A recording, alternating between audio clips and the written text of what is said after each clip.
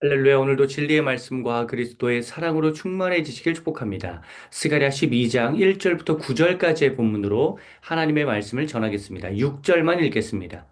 그날에 내가 유다 지도자들을 나무 가운데에 화로 같게 하며 곡식단 사이에 횃불 같게 하리니 그들이 그 좌우에 에워싼 모든 민족들을 불사를 것이요 예루살렘 사람들은 다시 그 본 곳 예루살렘에 살게 되리라. 아멘. 1절 상반절에도 언급되듯이 오늘 본문은 하나님의 경고의 말씀입니다. 이 말씀은 이스라엘을 괴롭히고 해치려는 자들에게 하시는 경고이며 메시아적 관점으로 본다면 예수님을 십자가에 못 박고 부정하는 자들이 받을 심판의 경고입니다. 오늘 본문에서 다루지는 않지만 10절 찌른 자가 바로 메시아 예수 그리스도입니다. 그러므로 오늘 본문을 전체적으로 보면서 예루살렘을 재건하실 하나님, 인류를 구원하실 메시아 예수님의 도래를 떠올리면서 위로를 얻을 수 있는데 설교의 방향은 이론적 해설이 아니라 오늘 본문을 우리의 삶에 적용하여 선하신 하나님께서 주님의 양들인 우리를 어떻게 인도하실지를 생각해 보는 시간으로 삼고자 합니다. 첫째, 2절, 3절, 보호입니다. 우리를 공격하는 나쁜 자들의 모든 시도는 허사로 끝날 것입니다. 예루살렘이 포위당할 때 누가 봐도 위기라고 여기는 그때에 하나님은 이스라엘을 지켜 보호하여 주신다고 말씀하십니다. 2절. 이스라엘은 취하게 하는 잔이 되어 이스라엘을 공격할수록 취해서 정신을 잃고 혼비백산하게 하십니다.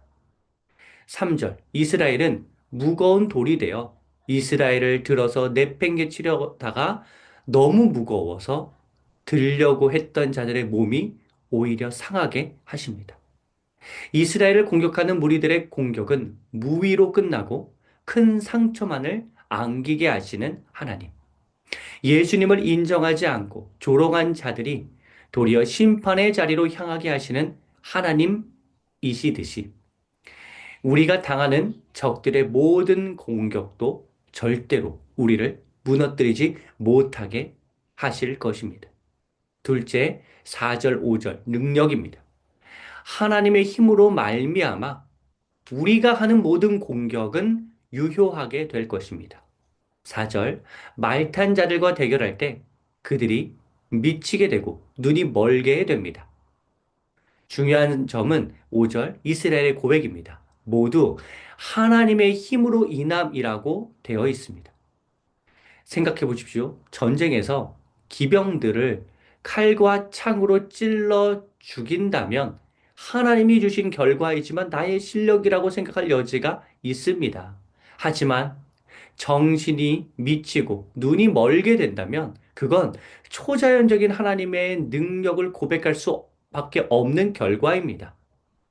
우리의 삶에도 하나님이 하셨다라고 인정할 수밖에 없는 놀라운 하나님의 능력이 나타나는 일들이 일어날 것입니다. 왜 하나님의 이러한 능력이 나타나나요? 4절에 보면 하나님은 하나님의 사람들을 돌보시기 때문입니다. 셋째, 6절부터 9절까지는 회복입니다. 이스라엘이 본래 살던 곳으로 돌아오게 하십니다. 6절, 이스라엘을 활활 타오르는 화로와 횃불 같게 하셔서 사방에서 에어싼 적들이 모두 불타고 이스라엘은 본래 살던 예루살렘으로 돌아오게 될 것입니다. 8절, 약한 자를 다윗처럼 강하게 하시고 하나님 같고 여호와의 사자 같게 하셔서 힘도 회복시키십니다. 하나님 같게 된다는 말이지 하나님이 된다는 말은 아닙니다. 이는 하나님의 능력이 발현된다는 의미이니 오해가 없어야겠습니다. 회복의 원천은 회복의 원천을 우리는 명확하게 알아야 합니다.